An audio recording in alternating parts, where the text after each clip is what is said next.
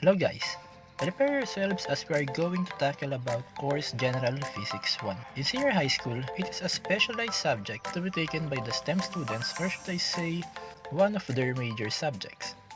We're going to cover the topics about physical quantities, measurements, and units for now. But what is physics, by the way? Physics is defined simply as the science of matter and energy. Some of us are actually not aware that we are already applying physics in our daily lives. And that is one of the reasons I think why physics is essential to everyone. Let's start with measurements. What is the reason why are we doing measurements? The objective on why we are doing measurement is simply to measure accurately. For example, how can you make sure for getting what you paid in buying rice if the vendor didn't measure the weight of the rice using a weighing scale? We should also remember that in measurement, there is always a number to quantify the measurement and a unit which serves as the reference. For example, you need a 10-meter PVC pipe in your house for the connection of water line. Suppose this is the PVC pipe measuring 10 meters, wherein 10 is the number to quantify the measurement on how long it is, and meters, which is the unit which will serve as the reference. So I have here a weighing scale, and suppose this apple is weighing for about 200 grams. So we will know that 200 is the number, of course, to quantify the measurement on how much it weighs, and grams is the unit.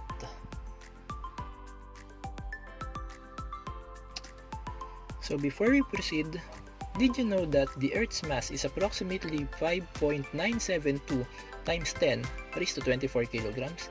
And the diameter of a coronavirus is within the range of 8 times 10 raised to negative 6 centimeters to 1.2 times 10 raised to negative 7 centimeters.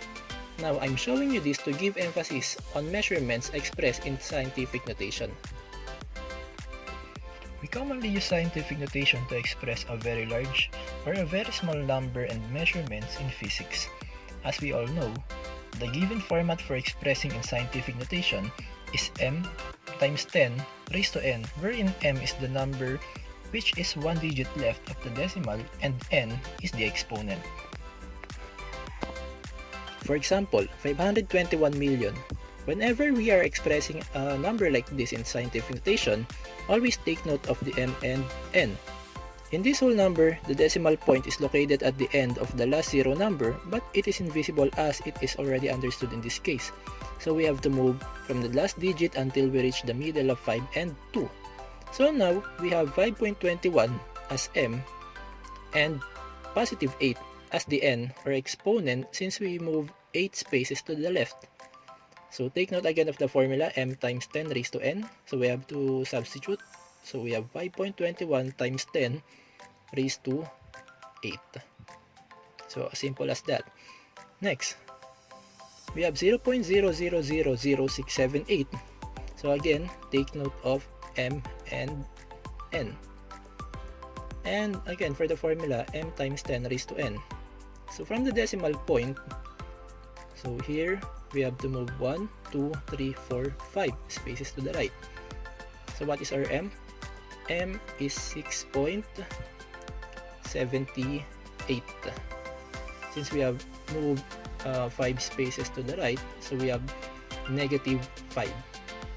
So substituting, we have 6.78 times 10 raised to negative 5. So again, here it is.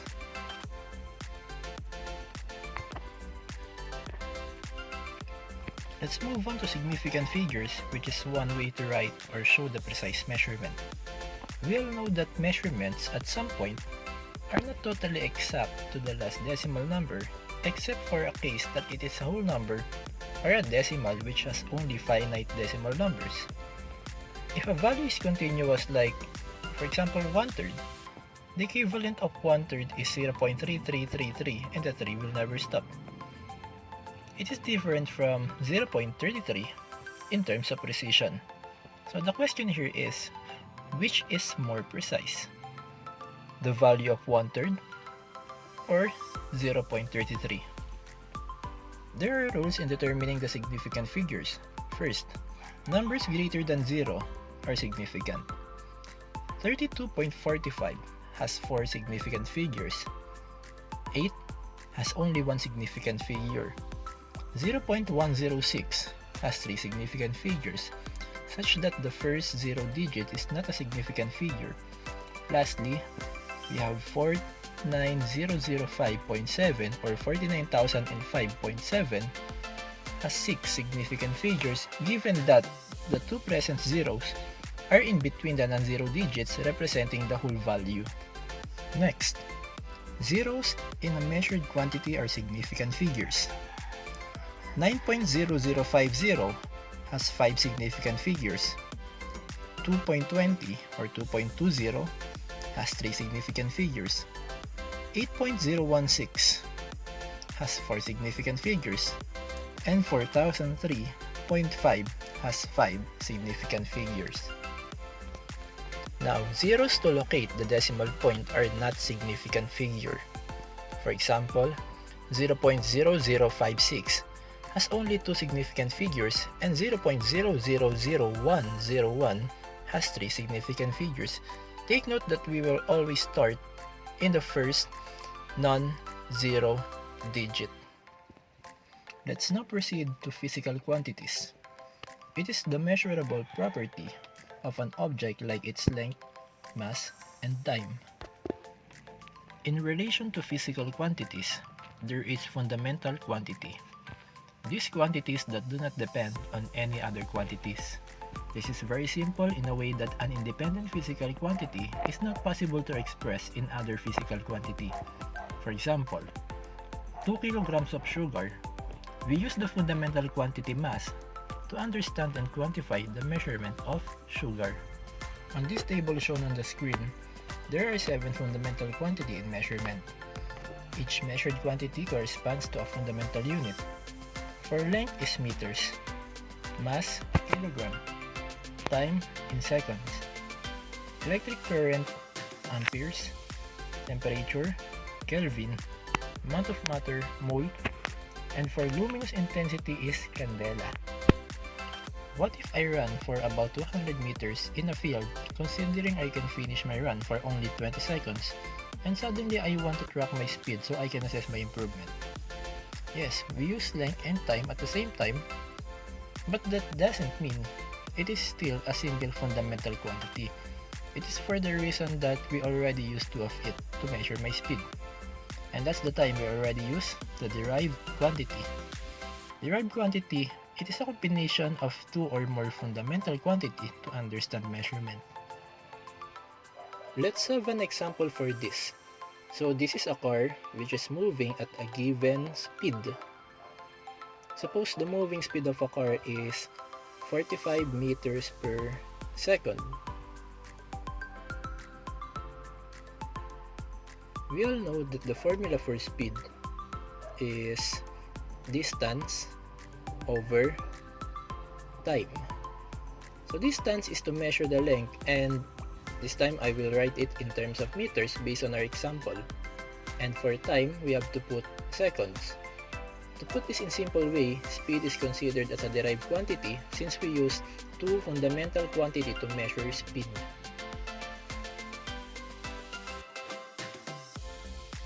Again, to summarize, the speed of a moving car is 45 meters per second.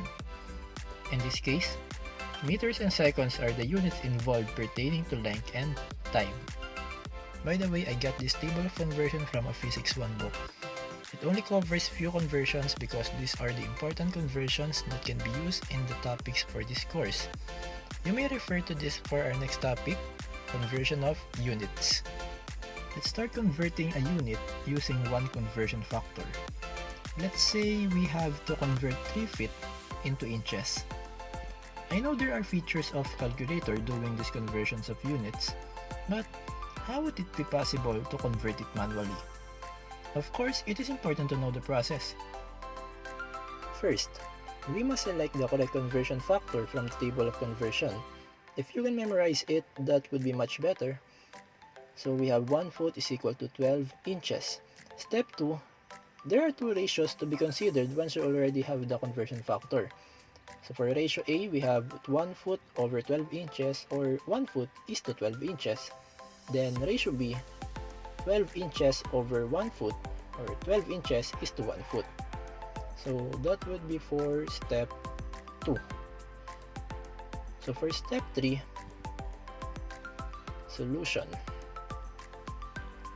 So we have a given 3 feet, which will be converted into inches. So we have to multiply 12 inches over 1 foot, which is the ratio B, as this ratio will cancel the unit feet of the given quantity and the denominator feet from the ratio, leaving the unit inches.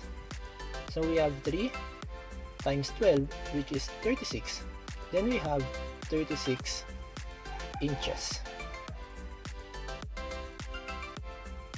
To recap, this is the step 1 by selecting the correct conversion factor from the table of conversion. Then step 2 is to make two ratios from the conversion factor.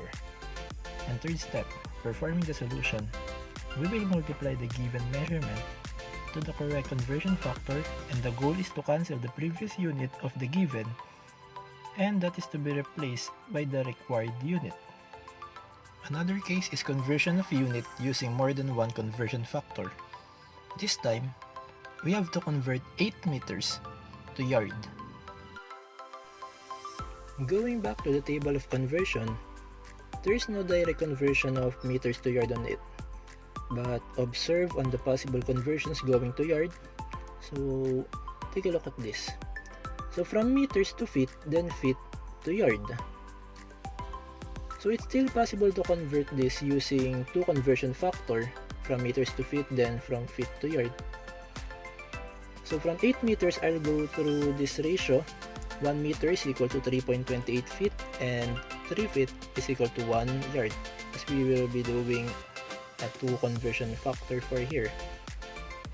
So that would be our first step. So next step, that would be the solution. But take note, we have two solutions for this. First a solution and a second solution. So we have 8 meters, and our goal is to cancel the unit meters and convert it into unit feet. So we have to convert this using this conversion factor, 3.28 feet over 1 meter, and that would be our solution 1. And multiplying this, we have to cancel the unit meters, leaving 8 and 3.28 feet. Multiplying these two, we have to use our calculator for this one. So 8 times 3.28 is equal to 26.24. So 26.24, the unit is feet. So that would be the equivalent of 8 meters in terms of feet. But take note that we have to convert it into yards. So we have to go through our second solution from feet to yard. So transfer the answer in solution 1 to solution 2. We have 26.24 feet. And multiply this by the ratio 1 yard over 3 feet. As our goal is to cancel the unit feet, leaving the unit yard. So cancel, we have 26.24 times 1 yard over 3, because the unit feet was already cancelled. So we have 26.24 yard as a result of multiplication divided by 3. So we have to divide 26.24 by 3. So we have to use our calculator again. So 26.24 divided by 3 is 8.74666, a continuous number. So we have to round off it, and we have 8.75. The unit is yards. So we have 8.75 yards. So this is the whole process again if you want a single solution only or a one-way solution. But still, it is the same answer that we have earlier. So this time, I guess I will be using a derived quantity. Conversion of unit for both numerator and denominator. As example, let's try to convert 20 km per hour into meters per second. Now, this case, I guess I will be using a derived quantity. Conversion of unit for both numerator and denominator. So for example, let's try to convert 20 km per hour into meters per second. Since we have a numerator and denominator to be changed or converted, I suggest to do this one by one. So I'll go through these two conversion factors. 1 kilometer is equal to 1000 meters and 1 hour is equal to 3600 seconds. So take note that we will be doing two solutions for this because we're going to do this one by one. For our first solution, we have our given 20 km per hour, or we can write this as 20 km over 1 hour. Multiply this by the ratio 1000 meters over 1 kilometer. Because our goal is to cancel the unit kilometers, so we have to cancel this, and multiplying the numerator, we have 20 times 1000 is 20,000, and the unit is meters over 1 hour, or it can be written as 20,000 meters per hour. So that would be our first solution. For our second solution, we have to convert the unit hours into seconds. So our answer in first solution is 20,000 meters per hour, or 20,000 meter over 1 hour. Multiplying this by the ratio 1 hour over 3,600 seconds. So we have to cancel the unit hours upon multiplying it. Then 20,000 times 1 is 20,000 meters still, over 1 times 3,600 seconds is 3,600 seconds. Simplifying this, we have 20,000 divided by 3,600 is that number. So rounding off, we have 5.56. The unit is meters per second. So this is the shorter process, guys, and still we arrive again with the same answer. I guess that would be enough for now. So now let's proceed to uncertainties and deviations in measurement. Each measurement using measuring tools has its own uncertainty or the absolute error. But take note that those absolute error doesn't mean the measurement is incorrect. It only tells how precise or accurate the measurement made is. We have a vernier caliper here as an example. So for those who are not familiar with this instrument, it is a measuring instrument invented by a French mathematician and instrument inventor Pierre Vernier, commonly used for its accuracy for measuring linear dimensions. Going back to the main topic, this vernier caliper, for example, has 0.01 mm tolerance written on the instrument. A simple formula would be the measurement made is equal to the actual measurement plus and minus the given uncertainty or the absolute error. I'll give you this example. So you want to measure the diameter of a 25 centavo coin using a plastic ruler in centimeters. A single measurement reading indicates 2.11 centimeter and smallest deviation is 0.1 centimeter. So applying the formula mentioned earlier, we have the measurement made equals the actual measurement plus and minus the uncertainty. So take note of this. We have actual measurement and uncertainty. And from the given, we have 2.11 centimeters as the measurement and 0.1 centimeter as the uncertainty. Substitute this, we have the solution as 2.11 centimeters plus and minus 0.1 centimeters. Since we have two operations involved here, so we have to separate the solution. So first, we have to go through the subtraction. We have 2.11 minus 0.1 is equal to 2.01 centimeters. And the other one is addition. So we have 2.11 plus 0.1 centimeters is equal to 2.21 centimeters. So this shows that the range of values or the measurement made is from 2.01 centimeters to 2.21 centimeters given the smallest division 0.1 centimeters. So this also shows that 0.01 centimeters to 0.21 centimeters, so 0.01 to 0.21 centimeters is the uncertainty, meaning the range of uncertainty is very small so that we are confident enough in this range of measurement made. So to simplify this, the smaller the uncertainty, the more precise the measurement. But the larger the uncertainty, the less precise the measurement made could be. Since we are already talking about errors, let me introduce to you the types of errors. First is personal error. This error is normally committed by the person itself doing the measurement. Sometimes it is simply as expressing the measurement with the incorrect significant figures that mainly affects the precision of the measurement. So that's so many other examples of it, and that's too many to mention. Another is systematic error. In this type of error, the error is normally in the measuring instrument or tool that is being used by the person. Last is random error. It is sometimes called the accidental error in making measurements.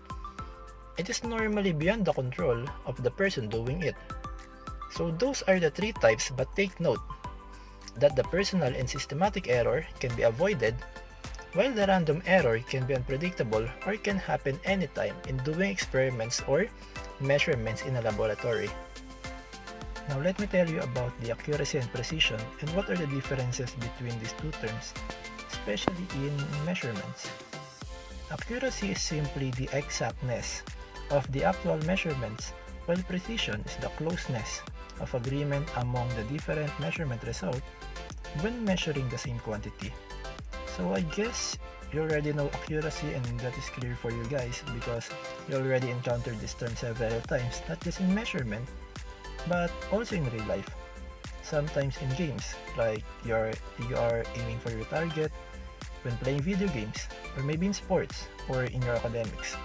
So this time, I will be focusing on precision.